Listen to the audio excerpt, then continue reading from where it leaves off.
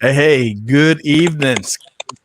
Rachel Miller and Tara Nolan right here with you on Supply Chain Now. Welcome to today's pop-up live stream. Rachel, Tara, how are we doing? Good. Fantastic. Super excited. Outstanding. Great to see you both. Tara, it's really neat to reconnect with you. We enjoyed our time together working and collaborating with Rachel and the SAP team at NRF. And today it's going to be neat to kind of talk about we're gonna leave the main road and take a hard right turn. Talk about content generation, regardless of industry. Is that right, Rachel? Yes, content and more specifically, content creators, which I absolutely adore. And in my personal and professional life, storytellers has such a huge impact on what I do every day. So I am thrilled that we're doing this initiative and even more excited that Tara is joining us to kind of kick off the conversation. So welcome, Tara. I know that Scott and I have been fortunate to collaborate with you over the past year, but for those who haven't met you yet, who are you and what do you do? Ooh, that's a big question. Well, thank you both for the opportunity to be here and connect and talk all the things I love again. So I am the founder of the Conscious Connoisseur, which is a sustainable lifestyle publication. You can find it online, but it's also a brand consultancy where I help purpose-driven and conscious brands tell their stories around their sustainability efforts. And so I started as a content creator a few years ago through the lens of travel, sustainable travel in particular, because that was my number one passion.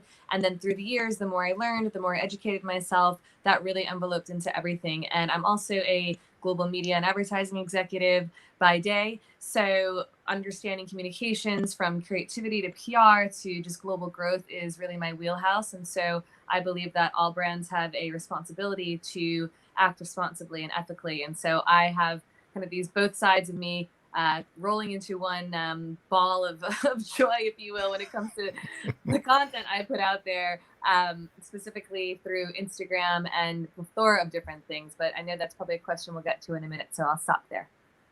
Definitely. That's a perfect segue into my first question. I know when we first crossed paths, your content creation was relatively niche. And over the last couple of years, you've really evolved the topics that you talk about. How did you make that choice? And how did you choose the platforms that you're now creating on? Yeah, it's a good question.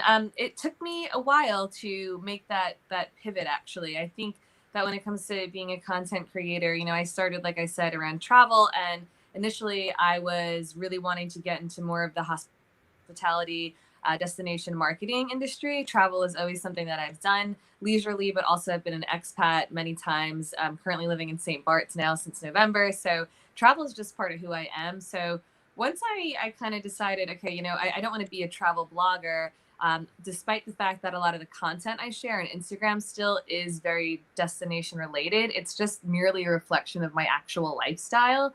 But like I was just saying a moment ago, I am a marketer by trade, and that's what I love. And I think that there's a need to help conscious businesses, whether it's a small business and a budding entrepreneur or a multinational like SAP, really help them and be that support to be able to help draw out the stories and tell it through an authentic lens, such as an influencer, which is a phrase I don't love saying, but we all know what it means, so I'm going to say it. But really it's that. And it's also looking for myself where I want to go in my personal endeavors and develop and really look to the talents that I know I have. And while travel blogging is certainly something that is a skill set, I don't want to put myself in that too much of a niche, because I know there's a lot more that I can bring to the table across different verticals. And so I want to be able to express that more and share my knowledge with anyone that wants to hear it. Wonderful. So we're going to dive into more of both you and Rachel's best practices and perspective when it comes to generating content and what what we're all most passionate about. Really quick though, I want to say hello to a few folks.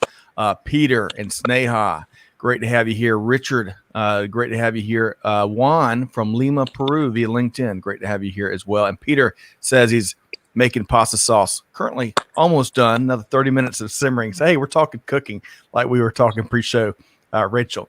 All right, so I want to, Tara, I want to stay with you, and then Rachel, I would love to pick your brain on this as well.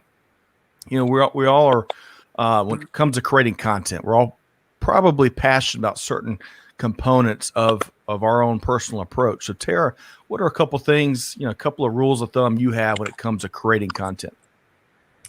Oof, that's a yeah, it's a simple and a tough one to answer. I mean, I'd like to say that having being authentic, being consistent, making sure that you have identified your core content buckets, that the things that mean the most to you, so you can continually reference those buckets and draw inspiration from. I think those are pretty standard guidelines and responses. I think now it's where do you show up the most and why, and how are you looking to different platforms as the media channels that they are to either like add certain value to them, or for your own personal brand or business cross pollinate when it comes to audiences, and in turn, either if developing your business is your objective, how are you taking people from a YouTube channel and bringing them onto your email list, or converting them as a customer to something. But that's business talk. I think as well, from a creative perspective, it's about just doing what you love too, and having fun with it, and exploring different tools and technologies and your creative side, and sometimes not taking it too seriously and just allowing yourself to create. Well said. So Rachel, I want to ask you the same question. A lot of folks, I know you do so much, Rachel, as we talked about in our interview, and Amanda, I'd love to drop that link in the comments, because we had a great deep dive Greg and I did with Rachel. You're oftentimes behind the scenes, Rachel, but brands turn to Rachel Miller as well to help get their message out. So when it comes to, creating content, Rachel, what are some rules of thumb that you have? So I have two big ones. The first is probably just why. Why are we doing this? What's behind it? The reasoning. What action are we trying to drive people towards? Whether it's thinking a different way, or a more harder business value CTA. And the second, I think someone famous probably said this a long time ago, but I always rely on it, is to be a voice, not an echo. So to kind of repeat what Tara said, yeah, it needs to be authentic, but it also needs to be unique. You can't just be repeating something that's already been said elsewhere, and perhaps you're just putting it on a different platform. It's not originally your thoughts, and you're not going to really move the audience as much as if you're saying something that's authentic and truly special to you and your viewpoint. So yeah, definitely, it's got to have a really solid why and make it special. Love that.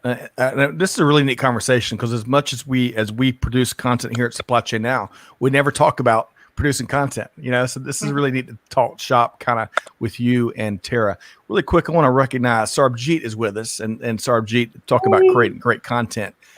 He is a master at that, and he's a great follow on Twitter in particular, probably other places, but Twitter, Sarbjeet puts out some home run stuff. So great to see you here, Sarbjeet. Okay. So let's talk about both of y'all kind of reference channels and mediums. So Tara, what are some of your go-tos for maybe both where you produce on, but also where you consume? It used to be Instagram. It took me a while to get used to the platform, make my Instagram friends on there, connections and all that. But now it's 100% Clubhouse.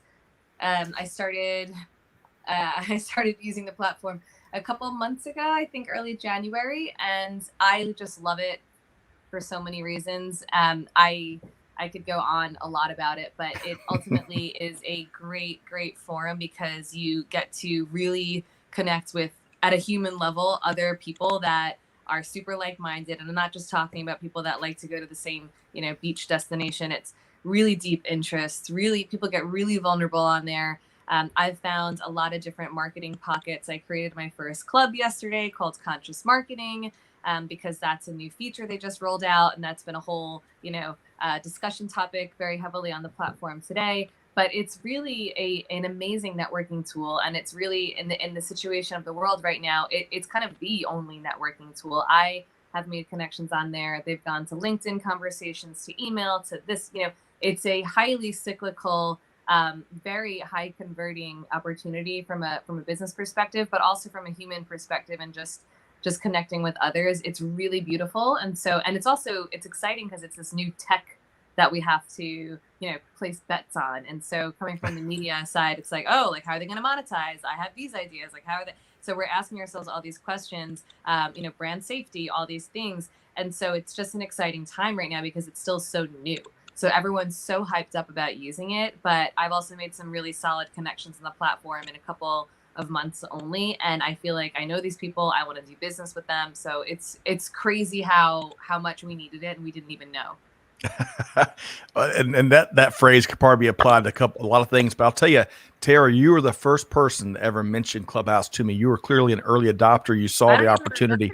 That. Wow. Yeah, and it's really neat to see kind of how it's evolved. And Rachel, I want to get your take on media really quick. Sarbjeet says he believes the secret behind the success on Clubhouse is the long form content narrative.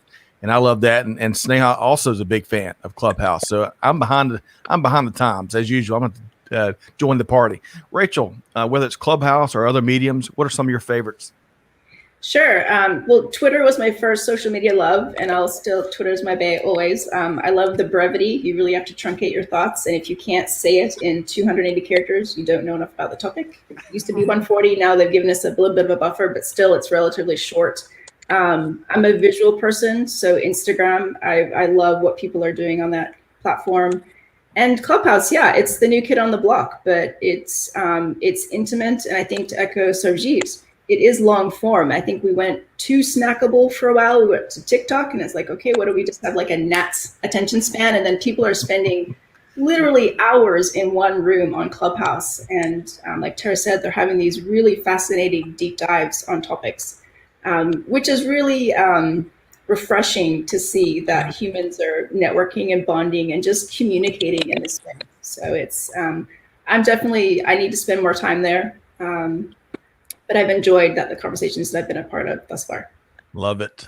Blessed be the ties that bind, for sure. And by the way, Amanda's a big fan of what you shared earlier. Be a voice, not an echo. Love that, Rachel. All right. So from here, we're going to be talking about storytelling, right, Rachel? Yes, I'm so excited to hear your guys' reply to this question. I've had a lot of sidebar conversations with peers and colleagues about this, but in your opinion, is storytelling an innate skill or can it be taught? And I'll kick it to you, Scott, first. Oh, no, I got to go first. I saw your face and I was like, ah. This is such a great question. And I in our pre-show conversation, you alluded to my answer because I tell you, I'm a terrible storyteller, and I've had to try to invest in myself to kind of figure out a better way to tell these stories. Right. One person one time told me that, hey, if you struggle with where you meander, think about think about a numbered list. Here's 3 things. And then walk through that list, and it helps listeners really tune into what you're trying to share. But, I think there are born storytellers. I think George on one side of the family, Amanda's Uncle George, and I think of my Uncle Phil on the other side of the family.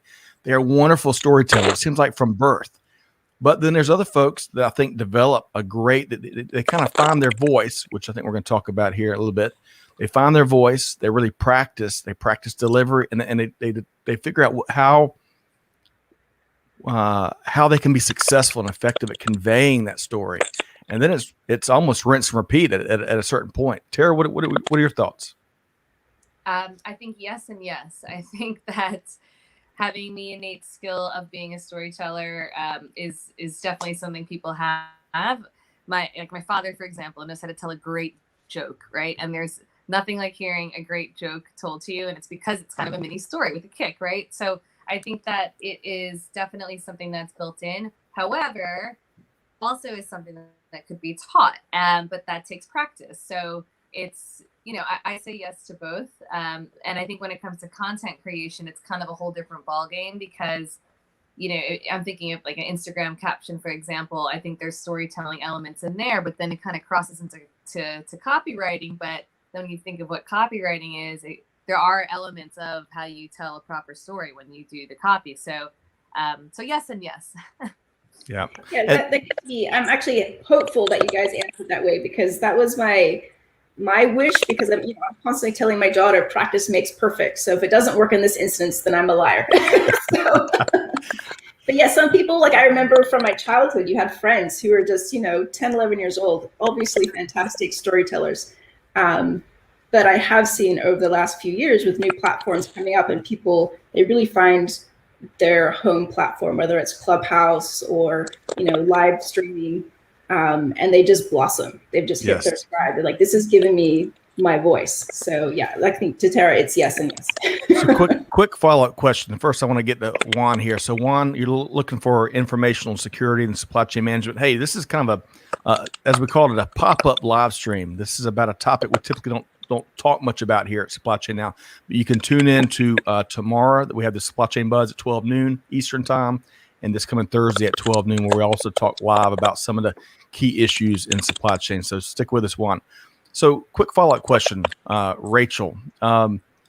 Storytelling clearly has always been important, right? I think of the saga back. I think the saga was associated with Vikings, right? Passed down that history, from generation to generation through telling a story. But it seems like in when it comes to, content marketing or content generation, it seems like storytelling has really become even more important in recent years. Agree, disagree? Rachel? Agree. Especially now where we're able to collaborate with different voices, because again, I think I've said this many times, like no one wants to hear a man in a blue suit telling you that their product's number one. That peer acknowledgement and that recognition especially from a storytelling perspective, like you're hearing someone share their pain points, how they found a solution, you can relate to that human, that works. And we kind of went away from that for a long time. And we're finally coming back to that, the human element of storytelling that's always been really critical to how we just translate data, I guess, throughout these centuries. And relate to each other, right? Yeah. All right. So now we're going to be talking about finding that voice. Is that right, Rachel? Yes. So I know both of you, you operate in a consulting mentorship capacity with a lot of people. Back to practice can make perfect, even in a storytelling setting. How do you encourage new creators to find their voice? And I'll go with you, Tara, first. How do I encourage new creators to create their voice? I know this sounds probably like you've heard it before, but just start doing it, because I didn't get the toolkit of here's how you create a blog, here's how you become an Instagrammer, here's how you learn how to take professional photos. So I just started tinkering. And I think obviously, if you have that innate skill set, no doubt you're going to be able to level up as quicker and just rise exponentially if you don't have the skills. But that said, you teach yourself a lot along through the process, and you learn a lot about your why and where you actually want to go. And so I think just leading with that curiosity and starting to explore what your interests are, what you like creating, is a good place. But if you do know where you want to go, obviously having that foresight and insight into how you want to scale a business or what kind of brand personality you want to be online is super, super helpful, because then you just you save time from trying to figure it out. But ultimately, I think it's just about putting it out there and not being shy or afraid about what people think or say, because people are always going to have opinions. I've been quite protective of my personal brand for a while, because I didn't want to share it too much. I didn't want people from, my corporate side of things to say, oh, she's doing this, or even Instagrammer. And, that wasn't my objective. It wasn't to be an Instagrammer and get free stuff.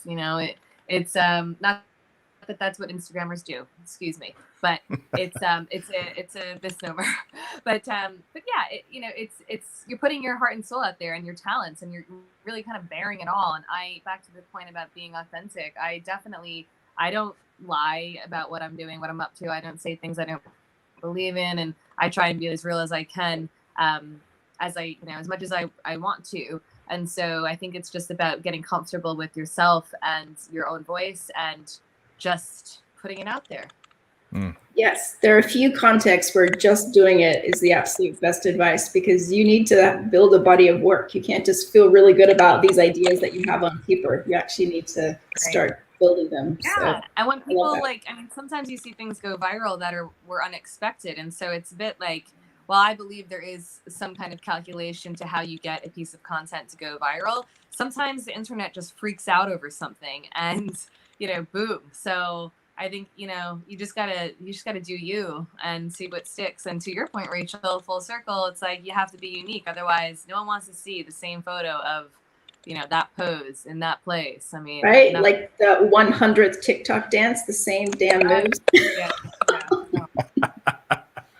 All right, and to you, Scott, how are you helping new creators find their voice? Yeah, well, both of y'all made so many great points. I would just reemphasize two of them. I think number one, Tara nailed it. You got to do it. You got to do it, and you got to really experiment. Right? Experimentation is so important when it comes to creating any kind of content, especially with all the different options and niches and all the different opportunities you have these days. So really, experimentation is really important. But number two, embrace the mindset. It's really important. Embrace the mindset. You have an important voice and an important point of view that needs to be heard, and you got to really embrace it. I think Tara talked about removing that head trash. That is, what are people going to think? You got to throw that out and just lean into the wind and make it happen, and know that you have an important voice that needs to be heard. Really quick, Rachel and Tara want to share a couple of comments here. So back to storytelling. Amanda says, I agree with you all. Good storytellers can both be both born and made. Lots of practice and improvement of skills can make a great storyteller as much as a natural born gift can. Sneha says, be authentic and just do it, Rachel. Everyone has a unique style of their own, and you will find your tribe who will love it. Excellent points there, Sneha and Amanda. Okay, so let's now talk about, let's give some shout out to some folks. One of the coolest things about collaborating with you, Rachel, is I've been able to rub elbows with so many other folks that you're working with and learn from them and consume their content and really just be inspired by all these wonderful professionals. And meeting Tara via Rachel Miller, of course. Rachel's is like, there's 7 degrees of Kevin Bacon. There's also 7 degrees for Rachel Miller here. Let's talk about some of the folks out in your networks, both of you, that are really creating some really cool content. So Tara, why don't we start with you?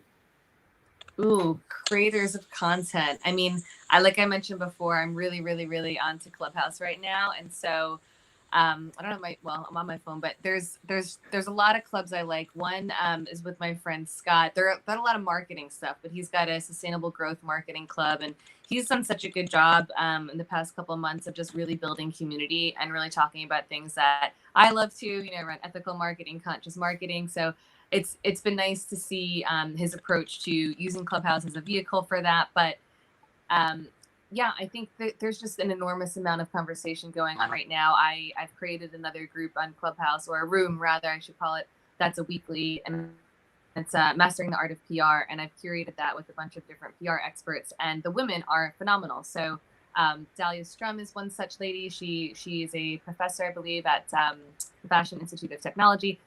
There's so many more I can name, but I say this because the creativeness of them comes from them. It comes from their expertise and their history, their years of experience doing whatever it is that they've done. And so it's not necessarily creative in producing a video or producing a piece of Instagram content. It's much more digging into someone's knowledge base and really having that exposed. And so that's been cool. And then I'll just mention another group that is called Product Launch Marketing, or Product Launch Something Club.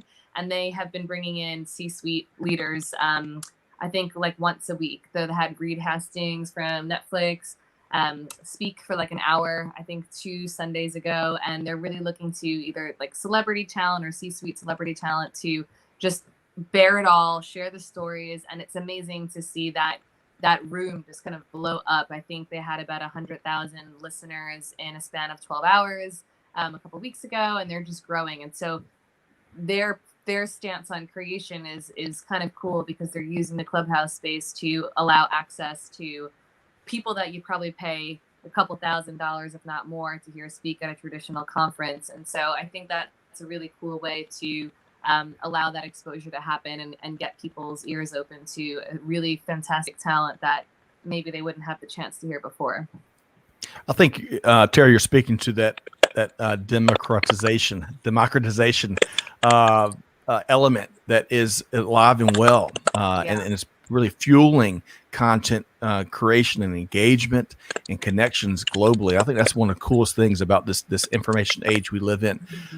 Rachel, I'm going to flip it back to you here in a second and get your take. I want to say hello to T Squared, who's holding down the fort as always on YouTube. This is Sunday evening nourishment. I love that. crazy. T squared. And Juan was asking, I think, Tara, I think you answered his question. He said WhatsApp or Telegram. You were talking about Clubhouse on that last content generator, right? Yeah. I believe. Yeah. Okay. Very good. All right. So Rachel, how about you? What are some compelling content creators in your neck of the woods? Yes, it seems like an easy question, but I follow such a diverse amount of people, from whether it's like fitness, food, MarTech, supply chain. I mean, Beer, travel, beer. but I'll try to keep this on topic.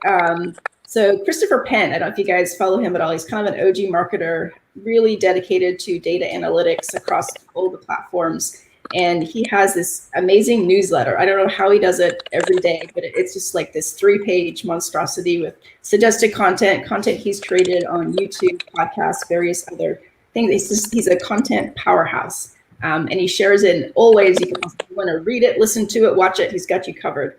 And it, like, kind of to echo what Tara said, it's like a masterclass. Like, you can, if you want to learn, the best way to calculate your impressions on Twitter, he's got that in all formats. So I think I don't know how he does it. And then Instagram, so I'm such a big story fanatic. There's a girl called Victoria Taylor out of the UK, and she kind of focuses on conscious experiences in a travel capacity, but with specifically boutique hotels. So she has this really great way of telling the stories about her clients and how she's opening up their mindsets to what we can do, especially coming out of 2020, when many of them were closed for a number of months. So that's been really heartwarming in many ways to watch how she's telling these very personal stories with her clients and how they're coming out of 2020 smiling. So yeah, really cool. lots of stories there. Lots of and I think we're going to find a lot more good news via the power of storytelling in the months ahead, especially as more folks have access to amplifying their voice. So a lot more good work to be done when it comes to content generation. I would just add Minda Harts, of course. All three of us know Minda Harts, The Memo, and she's got a great podcast. Take the Seat, I believe, and you can find her on LinkedIn and YouTube. Stephanie Stuckey is she's the CEO of Stuckey's, which back in the 70s they had hundreds of locations coast to coast, and she's rebuilding that, and she's traveling everywhere. She's got a great Twitter feed in particular. And Rhonda Bumpinza Zimmerman, Dr. Rhonda Bumpinza Zimmerman, has a great podcast, and they've been covering. She's really big into health and wellness, and you think about information overload in this digital social age, and they had a really frank conversation on just really investing and taking care of yourself, so you can really do all of that in a very healthy manner. So Minda, Stephanie, and Rhonda, tip of the hat. All right, so this is we were shooting for about a 30-minute pop-up live stream conversation. So much more to get to, but we're gonna have to leave it here for this evening, and thanks for tuning in. Let's make sure folks can connect with both of y'all. So Tara, how can folks connect with you and the Conscious Connoisseur? The longest Instagram handle name ever, but it's at the Conscious and then _Connoisseur. So I'm not gonna do the spelling bee test to myself right now, but I'm also on Clubhouse at Tara Nolan, TARANOLAN, which is much easier. If you're on Clubhouse, you can find me there. And I have the group Conscious Marketing also on Clubhouse, which I'm looking to grow and offer some really exciting things. Awesome. So neat to reconnect with you. Had a great time sharing a lot of quotable quotes from Tara Nolan at NRF. So great to reconnect. Rachel, how can folks connect with all the cool things you're involved with?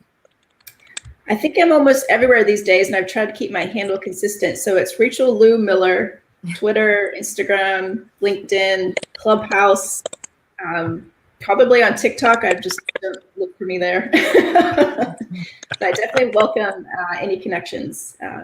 Definitely keep the conversation going. Awesome. Well, a pleasure to you both. Really, again, thanks for everybody tuning in. For some of the comments we couldn't get to. Hope you'll have a great Sunday evening. Tara Nolan and Rachel Miller, on behalf of our whole team here at Supply Chain Now, Scott Luton signing off for now. Hey, y'all have a wonderful evening. Do good, give forward, be the change that's needed. And on that note, we'll see you next time here on Supply Chain Now. Thanks, everybody. Bye. Thank you.